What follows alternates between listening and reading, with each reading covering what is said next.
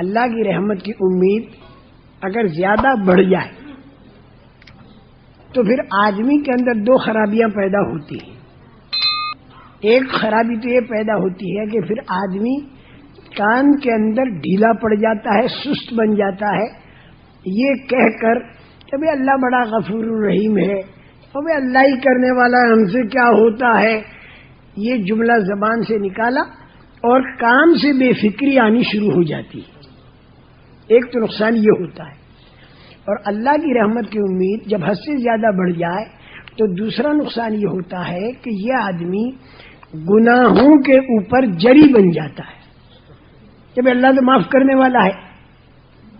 یہ دو خرابیاں آ جاتی ہیں جب رحمت کی امید حد سے آگے بڑھ جائے. تو اس کو کنٹرول میں لانے کا طریقہ یہ ہے کہ پھر اللہ کے خوف کو بھی پیدا کرنا چاہیے، اللہ کی پکڑ سے ڈرنا چاہیے. اور یہ خوف جو ہے اللہ کا، جتنا اللہ سے قریب ہوگا اتنا آدمی اللہ سے زیادہ ڈرے گا. رسول کریم صلی اللہ علیہ وسلم فرماتے انی اخشاکم واتقاکم، میں تم سب سے زیادہ اللہ سے ڈرنے والا ہوں. جتنا اللہ سے قریب ہوگا اتنا اللہ سے ڈرے گا زیادہ. تو ایک طرف اللہ کا ڈر اور ایک طرف اللہ کی رحمت کی امید، ان دو کا لیول باقی رکھنا پڑے گا. کبھی مایوسی کی طرف طبیعت چلے تو رحمت والی آیتیں پڑھو، اور رحمت کی امید زیادہ بڑھ کر آدمی جری ہو جائے جب گناہوں پر تو پھر عذاب والی آیتیں پڑھو. تو یوں وہ لیول پر رکھنا پڑے گا اپنے آپ کو. ادھر چلا جائے تو نقصان، ادھر چلا جائے تو نقصان. اس کو کہتے ہیں الایمان بین خوف والرجا. ایمان جو ہے خوف اور امید کے بیچ میں ہے. تو یہ میں نے 5 باتیں بتائیں. یہ 5 باتیں پہلے نماز میں آئیں. نماز خالص عمل ہے. پہلی بات کلمے والا یقین، دوسری بات فضائل والا علم، تیسری بات مسائل والی شکل، چوتھی بات اللہ والا دھیان، اور 5ویں بات اخلاص والی نیت.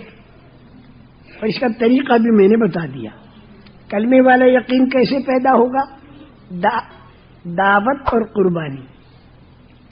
فضائل والا علم کیسے ملے گا؟ فضائل کی تعلیم میں بار بار بیٹھنا. مسائل والی شکل یہ کیسے معلوم ہوگی؟ یہ علماء سے پوچھ کر. اور اللہ والا دھیان کیسے ملے گا؟ ذکر، تلاوت اور دعا کے ذریعے. اور اخلاص والی نیت کیسے ملے گی؟ جان کی قربانی، مال کی قربانی اور جی چاہی کی قربانی. یہ 5 باتیں نماز کے اندر لائی جائیں. یہ نماز جاندار بنی انشاءاللہ. مشق کریں ہم. اس کو مشکل مت سمجھنا، اس کو مشکل بالکل مت سمجھنا، بالکل آسان ہے. طے کر دو کہ ہمیں سیکھنا ہے انشاءاللہ.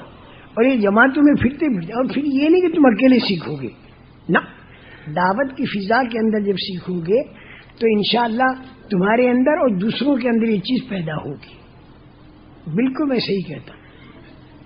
ایک ہمارے ملک میں بالکل گریجویٹ، مغرب کی نماز کے بعد اس نے نماز پڑھی نفل، اور میں اس کی نماز دیکھتا رہا. چھوٹی چھوٹی داڑھی اور نماز کے اندر زار و قطار وہ رو رہا تھا. اور ایسا معلوم ہوتا جیسے بہت بڑے اللہ کے سامنے کھڑا ہے. نماز پڑھ کے بہت دعا مانگی اس نے، روتا رہا. اس کے بعد پھر میں نے اپنے پاس بلایا. میں نے کہا تو کون ہے؟ اس نے کہا میں پولیس کمشنر کا بیٹا ہوں. پچھلے سال چلا دیا تھا، بہت مجھے روحانیت ملی، لیکن جب میں گھر گیا تو رشوت کا کھانا کھایا، سب نکل گیا. تو میں بہت پریشان ہوں کہ میں کیا کروں، مجھے پھر گھر جانا ہے. اب دیکھیے کتنا حالانکہ گریجویٹ ہے، لیکن وہ اللہ دولت دیتا ہے. ہم ذرا متوجہ ہوں، بس ہم متوجہ ہوں تو اللہ، میں کہتا ہوں گنہگار اللہ کی رحمت کو اتنا نہیں تلاش کرتا جتنی اللہ کی رحمت اس گنہگار کو تلاش کرتی. رات کے آخری تیسرے حصے میں اللہ اس آسمان دنیا پر اپنی شان کے مناسب نزول فرماتے ہیں اور اعلان ہوتا ہے کوئی مانگنے والا مانگے اور میں دوں، ہے کوئی توبہ کرنے والا میں اس کی غلطی معاف کروں، ہم اس میں پڑے ہوئے سوتے رہتے۔ تو خیر اس گریجویٹ کو پھر ہم نے ترکیب بتائی کہ اب کیا کرے گا، رشوت کا کھانے سے بچنے سے کیا کرے گا، اس نے پھر ترکیب پر عمل کیا اس نے۔ تو یہ 5 باتیں نماز کے اندر آئیں تو نماز جاندار بنے گی، پھر یہ 5 باتیں شادی میں آئیں تو شادی بھی جاندار بنے گی انشاءاللہ، تو پھر اس شادی پر جو اللہ کا وعدہ ہے تنگی کے دور کرنے کا وہ پورا ہو جائے گا۔ دعا مانگیں گے، دعا میں قبولیت ہوگی، اللہ دعا قبول فرمائیں گے۔ ہمارے کام انشاءاللہ دعاؤں سے بنیں گے، یہ دعا والا راستہ ہے، نبیوں والا کام، دعوت والا دعا والا، دعا سے کام بنے۔ جہاں کوئی مسئلہ کا ہم دعا مانگے، اللہ قبول کریں گے، اللہ کا وعدہ ادعونی استجب لکم، تم میرے سے دعا مانگو میں قبول کروں گا۔ لیکن دعا کی قبولیت میں رکاوٹ والی کوئی بات نہ ہو۔ رکاوٹ کب آئے گی؟ جب کھانا کپڑا حرام کا ہو تو دعا قبول نہیں ہوتی، یا جب غفلت سے دعا مانگے تو دعا قبول نہیں ہوتی، دھیان سے مانگے۔ اور تیسری بات، دعوت کی فضا جب آدمی بنائے گا تو دعا خوب قبول ہوتی ہے۔ رسول کریم صلی اللہ علیہ وسلم نے فرمایا کہ بھلی باتوں کو پھیلاؤ، بری باتوں سے روکو، کہیں وہ دن تمہارے اوپر نہ آ جائیں کہ تم دعا مانگو اور تمہاری دعا قبول نہ ہو۔ تو دعوت کی فضا میں دعا قبول ہوتی ہے، گھر پہ بھی فضا بناؤ، وہاں پر بھی بناؤ۔ اور دعا کی قبولیت کے اندر اللہ جل جلالہ و من والہ نے 5 باتیں رکھی۔ ہم جو مانگے اللہ سے تو اللہ دے گا، لیکن ہماری مصلحت کو سامنے رکھ کر دے گا۔ تو کبھی تو اللہ جو مانگتے ہیں وہی دے دیتا ہے جلدی، اور کبھی جو مانگتے ہیں دیتا وہی ہے، لیکن دیر سے دیتا ہے، رولا رولا کر، تاکہ ترقی ہو، روحانی ترقی ہو۔ رونا پسند آ چکا ہے تیرا، کام تیرا بنے گا تو میرے سامنے روئے گا کون؟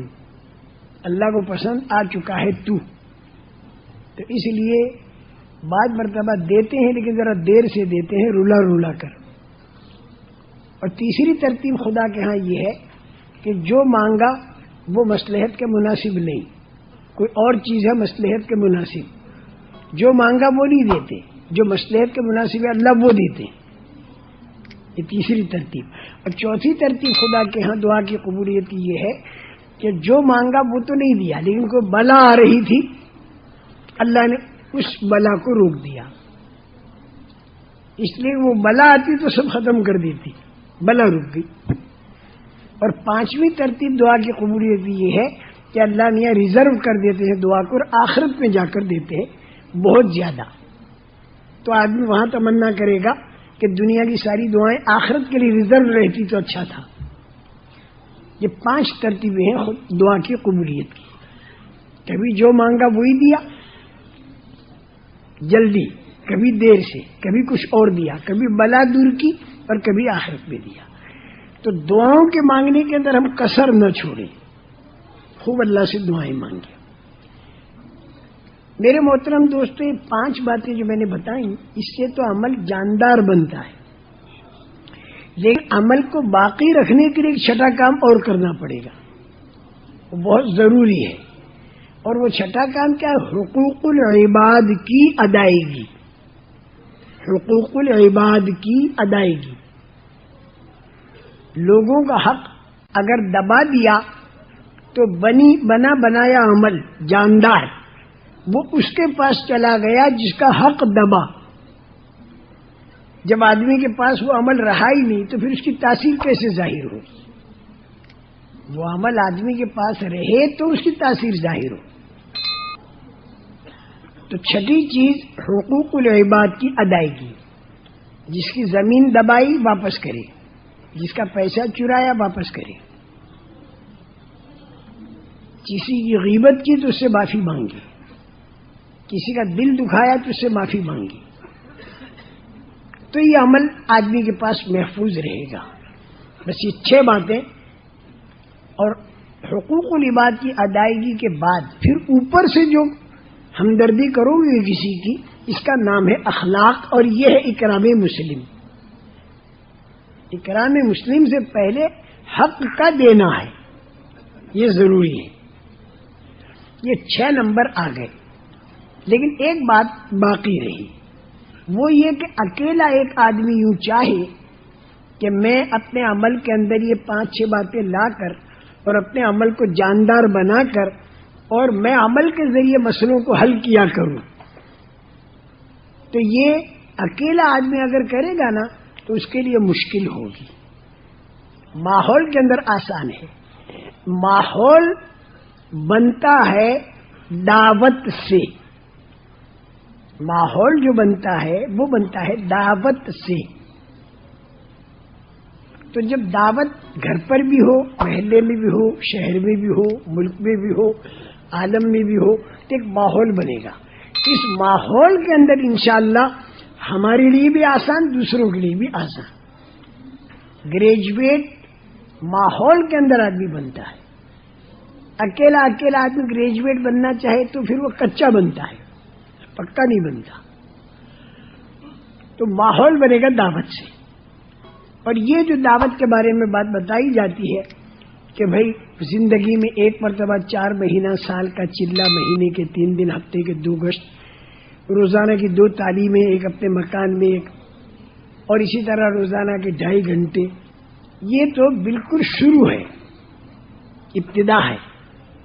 اور اللہ کا فضل، ہمارے بہت سے کام کرنے والے روزانہ 8 گھنٹہ دے رہے، 8 گھنٹے سے انہیں کم پر نہیں آنا چاہیے، اس سے آگے بڑھنا چاہیے۔ ہمارے بہت سے بھائی مہینے میں 10 دن جماعتوں میں نکلتے ہیں، تو 10 دن سے 3 دن پر نہ آئیں بلکہ اور آگے بڑھیں۔